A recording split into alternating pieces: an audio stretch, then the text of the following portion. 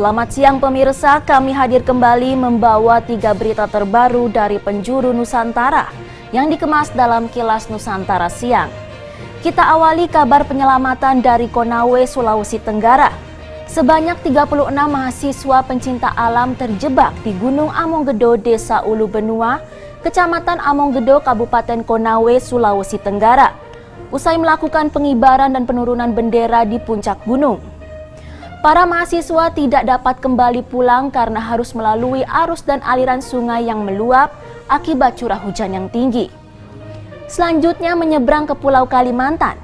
Bertepatan dengan Hari Kemerdekaan RI ke-76, Komandan Korem 102 Panju Panjung, Brigjen TNI Purwo Sudaryanto meresmikan patung Garuda Pancasila dan patung Jenderal Besar Sudirman di Markas Besar Korem 102 Panju Panjung, Palangkaraya. Dua ikon patung ini merupakan simbol histori dan filosofi bangsa Indonesia dan kebanggaan TNI serta masyarakat Kalteng agar tidak melupakan sejarah. Dan sembari menyaksikan dua berita tadi, kami suguhkan kudapan lezat berbahan tahu, hasil kreasi pasangan suami istri warga Pekalongan, Jawa Tengah. Berikut rangkaian berita selengkapnya untuk Anda.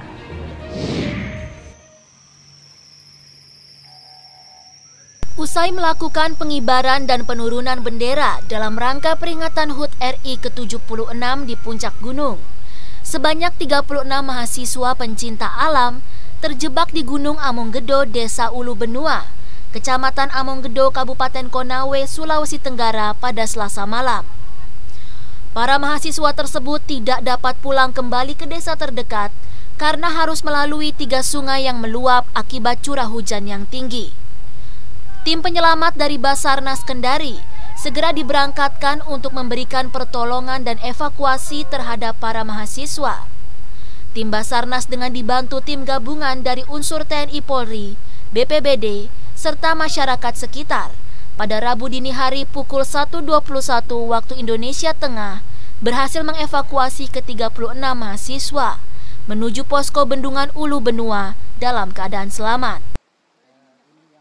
Mereka pada saat ingin turun setelah melaksanakan penurunan bendera pada tanggal 17 itu mereka terjebak adanya luapan sungai karena mereka untuk bisa mencapai perkampungan terdekat itu harus melewati 3 sungai. Sementara hujan di sekitar Gunung Amonggedo itu cukup tinggi intensitasnya sehingga ketiga sungai tersebut meluap dan mereka tidak bisa kembali ke desa terdekat. Kepala Basarnas Kendari menambahkan para mahasiswa pencinta alam tersebut mengalami lemah dan kedinginan akibat kehabisan logistik serta hujan yang terus mengguyur selama kurang lebih 6 jam. Dari Konawe, Sulawesi Tenggara, Saharudin, Kantor Berita Antara mewartakan.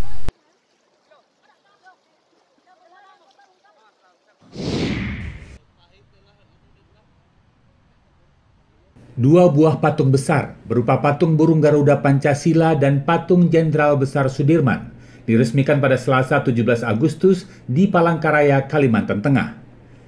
Peresmian patung yang terletak di halaman Markas Besar Korem 102 Panju Panjung dilakukan oleh Komandan Korem 102 Panju Panjung, Brigjen TNI Purwo Sudaryanto bersama Wakil Gubernur, Kapolda, Kejaksaan Tinggi, dan pimpinan DPRD Kalimantan Tengah. Pembangunan patung yang membanggakan ini dipilih dan diprakarsai oleh Danrem 102 Panju Panjung sebagai bukti syukur dan sukacita atas 76 tahun kemerdekaan Negara Kesatuan Republik Indonesia. Menurut Brigjen TNI Purwo Sudaryanto, kedua patung ini akan menjadi pengingat masyarakat Kalimantan Tengah, terutama generasi penerus bangsa dan TNI Angkatan Darat, agar tidak melupakan sejarah. Ikon ini kami resmikan bersama Forkopimda untuk mengingatkan bahwa Kalimantan Tengah ini adalah bumi Tambun Bunga, bumi Pancasila. Kemudian yang kedua, patung Jenderal Sudirman. Kami ingin memberikan pesan kepada generasi penerus, khususnya TNI Angkatan Darat yang ada di wilayah Kalteng, harapannya kepada generasi muda, kita jangan pernah melupakan sejarah. Dibuatnya dua ikon patung Garuda Pancasila dan Jenderal Besar Sudirman menegaskan kembali bahwa burung Garuda sebagai lambang negara, Pancasila sebagai dasar negara, dan Jenderal Sudirman sebagai pahlawan dengan jasa dan pengabdian saat berjuang mempertahankan kemerdekaan Indonesia. Dari Palangkaraya, Kalimantan Tengah, Redianto Tumon, Kantor Berita Antara, mewartakan.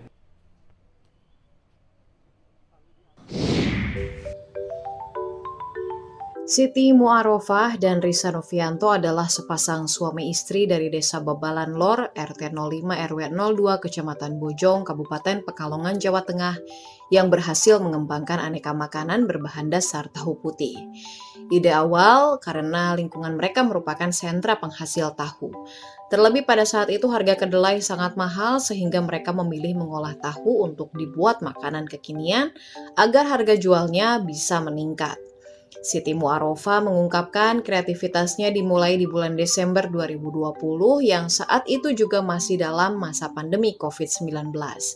Hingga kini ada 5 varian tahu yang ia kreasikan seperti burger tahu, donat tahu, es kopior tahu, boko tahu, dan puding art tahu. Ibu dua anak ini mengaku membuat kudapan milenial ini cukup mudah, contohnya seperti membuat puding art tahu. Pertama, tahu putih dibuat hancur hingga benar-benar lembut, kemudian tambahkan berbagai bahan puding pada umumnya. Setelah itu dimasak sekitar 5 menit dan baru dicetak sesuai keinginan. Sesudah dingin bisa Anda lihat bentuknya seperti ikan koi. Awalnya waktu itu pada saat harga kedelai mahal, kita berupaya untuk menaikkan harga jual yang berbahan dasar kedelai yaitu tahu, agar tahu itu bisa berharga yang lebih ekonomis, lebih tinggi dibanding harga sebelumnya, dan juga menjadi salah satu makanan yang sehat di selama pandemi ini dan juga makanan yang kekinian seperti itu. Ada berapa jenis yang dari Desember 2020 sampai sekarang kita sudah menemukan 5 jenis makanan yang berbahan dasar olahan tahu. Salah seorang pembeli mengaku seiring memesan kudapan ini karena rasanya enak dan harganya terjangkau. Kudapan ini pun bisa dimakan oleh semua kalangan, mulai dari anak-anak hingga orang dewasa. Sering Mbak pesen atau beli atau makan ini? Udah beberapa kali sih. Gimana Mbak rasanya? Rasanya lumayan, kenyal, pudingnya, tahunya juga lumayan kerasa sih. Terus manisnya pas, main enak. Kalau untuk harga? Terjangkau. Kalau dalam sebulan bisa beli berapa? Paling 2 atau 3 kali sih. Setiap hari, Siti Mu'arofah dan suaminya bisa memproduksi boko tahu sebanyak 100 cup, es kopior sebanyak 50 cup, sementara untuk donat tahu mencapai 25 box. Harga jualnya pun bermacam-macam, seperti boko tahu dibanderol Rp10.000 per cup, es kopior dijual Rp6.000 per cup, satu box burger dihargai Rp30.000, puding art tahu Rp35.000, sedangkan donat tahu seharga Rp20.000 per boxnya.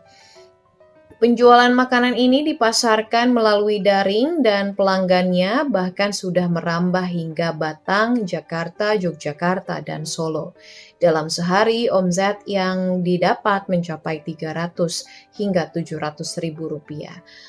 Jika Anda penasaran, boleh saja langsung datang ke rumahnya atau pesan secara daring.